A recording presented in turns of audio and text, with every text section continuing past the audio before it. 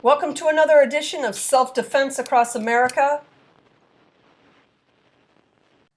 Okay, back with some more self-defense with a firearm incidents for you.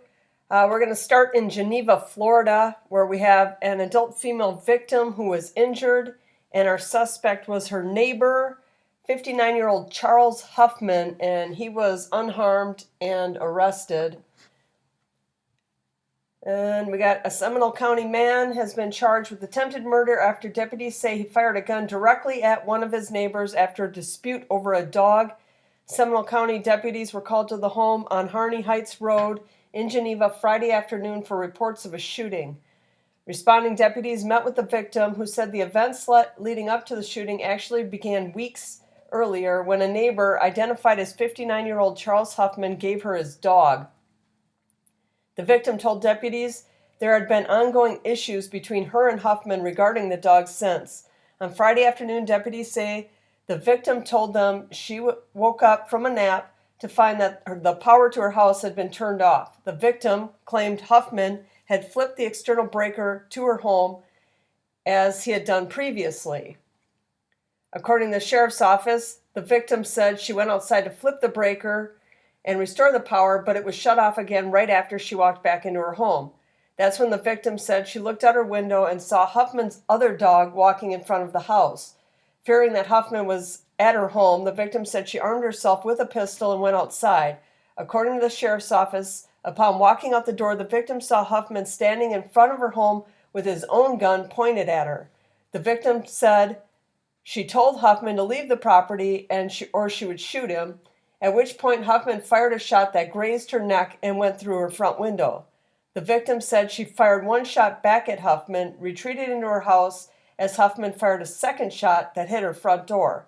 The victim said she assumed Huffman then returned to his own home on Harney Heights Road. Responding deputies surrounded Huffman's home and made multiple announcements for him to come out. After several hours, Huffman walked out and surrendered. Investigators determined Huffman went onto the victim's property armed with a gun and turned off the power, knowing it would make her leave the safety of her home to restore it. This action appears premeditated. Huffman was arrested on charges of attempted first-degree murder, shooting into a home, and damaging property. He's being held in Seminole County Jail on no bond for the attempted murder charge. Wow, so that's kind of crazy. A lot of this stuff stems from neighbor disputes. And this lady had to go through this, it sounds like for a couple weeks at least, with this guy where the things kind of just slowly escalated. And you never know what's going on in people's heads. And when you're living next door to them, there's only so much you can do. You can't really just leave and avoid the situation. So luckily for her, she had a gun and it all turned out okay. Okay, let's go to Beechgrove, Tennessee, where we have an adult victim that was unharmed, and our suspect, 24-year-old Carlos Daniel Antonio Rivera, he was injured and arrested, and this looks like it's going to be a home invasion. Deputies in Coffee County said a suspect is in custody following a home invasion that occurred early Monday morning.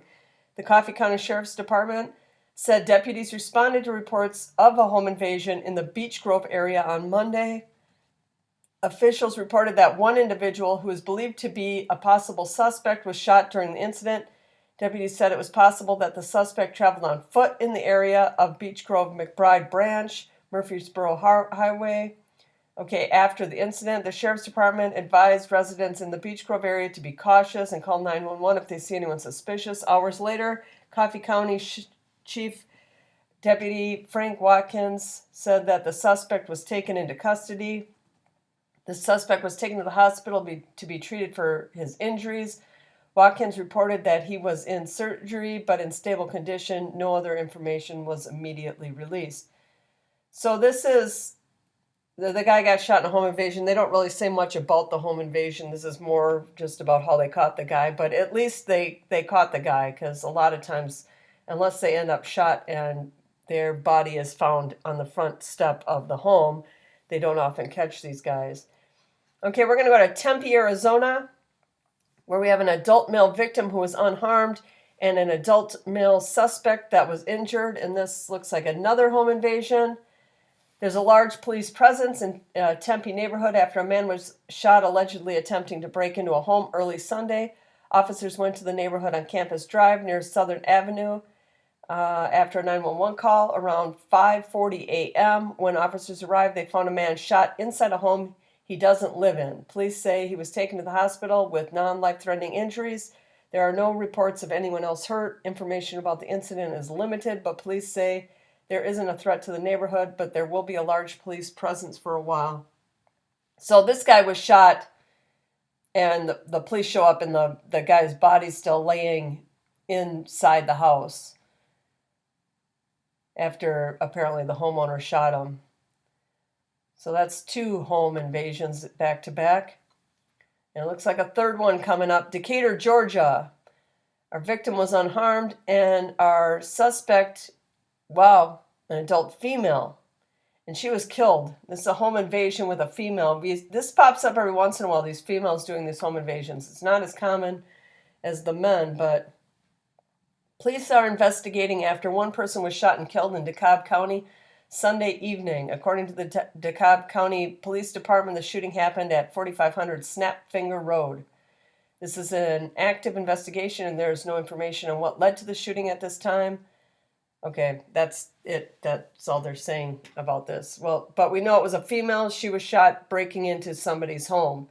And I don't know, that might be something I'm going to start paying more attention to, how many females are actually the suspects in these, because it seems to me this year, I wouldn't say quite often, but often enough that it's not rare anymore for women to be the ones doing the home invasions instead of being the victims of them. Okay, we're going to go to Atlanta, Georgia, where we got an adult male that was unharmed and a teen suspect that was injured and arrested. And let's see what this teen did. Okay, this is like an Atlanta news report or a police report. Preliminary information on 10/28/23 around 12:25. Police officers responded to an aggravated assault at the location of Epsworth Street. Upon arrival, officers located a juvenile male with a gunshot wound to the leg. He was alert, conscious, and breathing, was transported to the hospital in stable condition in police custody. Preliminary investigation indicates the victim, who was an adult male, was working construction on a house when he observed a juvenile male suspect breaking into his utility vehicle. The juvenile suspect brandished a firearm and fired at the victim. The victim, who was also armed, returned fire, striking the juvenile suspect in the leg. Officers on scene placed the juvenile in custody with charges pending. The investigation continues. So stuff like this shows just how often people are carrying weapons on them. This guy's doing work on a home, assuming it's his home, and he sees this kid breaking into his car, and the kid's got a gun. The kid fires at him, and he fires back because he's got a gun on him. Otherwise, that whole situation could have gone totally different. So, but that just shows how many people these days are carrying when they're just out doing things like just, doing work on the house. Okay, we're going to St. Louis, Webster Groves, Missouri, at the HotShots Sports Bar and Grill. And we got an adult male victim that was unharmed, and our suspect was an adult male, and he was killed. Police have identified an alleged suspect who was killed and another who was arrested and now faces murder charges following an attempted carjacking early Saturday in Webster Groves. Webster Groves police identified the alleged suspect shot and killed in the incident as 19-year-old Javion Bibby. His alleged accomplice, Ronnie Jewett, 18 years old, has been charged with second-degree murder in his death. Under Missouri law, a person can be charged with murder if the death occurs during the commission of a crime they are an accomplice to. Jewett is also charged with an armed criminal action, attempted stealing of a vehicle, and tampering with evidence in a felony prosecution. Police said the agency presented its investigation to St. Louis County prosecutors, and the man who shot Bibby will not face charges. According to an earlier news release, Bibby and Jewett allegedly tried to steal a car at about 12:29 a.m. from a parking lot of HotShots Bar and Grill.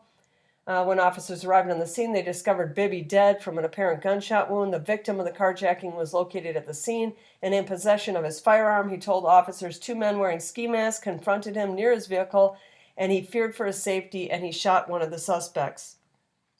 Jewett fled on foot and was arrested shortly after near Afton. And so that doesn't really happen all that often. That 2 guys go in to commit a robbery or steal a vehicle. One gets shot and dies, and then the accomplice gets charged with the murder. That I don't know how many other states. If anybody watching knows how many other states do that besides Missouri, that you'll get charged with the murder if someone you're with gets killed in the incident. Because they're not charging the person who shot him. They're just charging the kid, his accomplice, that was with him in the whole ordeal. Okay, so let's go to Washington, D.C., where we got an adult male that was unharmed, and we got a 13-year-old suspect, Vernard Toney Jr., and he was killed in this incident. And let's see, a 13-year-old was shot and killed after trying to carjack an off-duty federal security officer in Northwest D.C. Saturday, according to police. Police say they responded around 10 p.m. on Saturday to 6th and D Street Northwest for the report of a shooting. Officers found a juvenile male with gunshot wound injuries at the scene. He was taken to the hospital where he died. The 13-year-old has been identified as Bernard Toney of Southeast D.C. Police say Toney and another teen approached an off-duty federal security officer who was sitting in his car waiting for his shift to begin. The duo demanded the federal security officer get out of the car. The police say one of the teens was holding his hand in front of his waistband pocket as if he had a handgun, and the federal security officer got out of his car, shot Toney with a handgun. The officer has been identified as William Reynolds. He has been cooperating in the investigation. Police are still on the lookout for the second teen who was involved in the attempted carjacking. So I was doing a short on this one. I have a short that I'll probably post later today on this same story.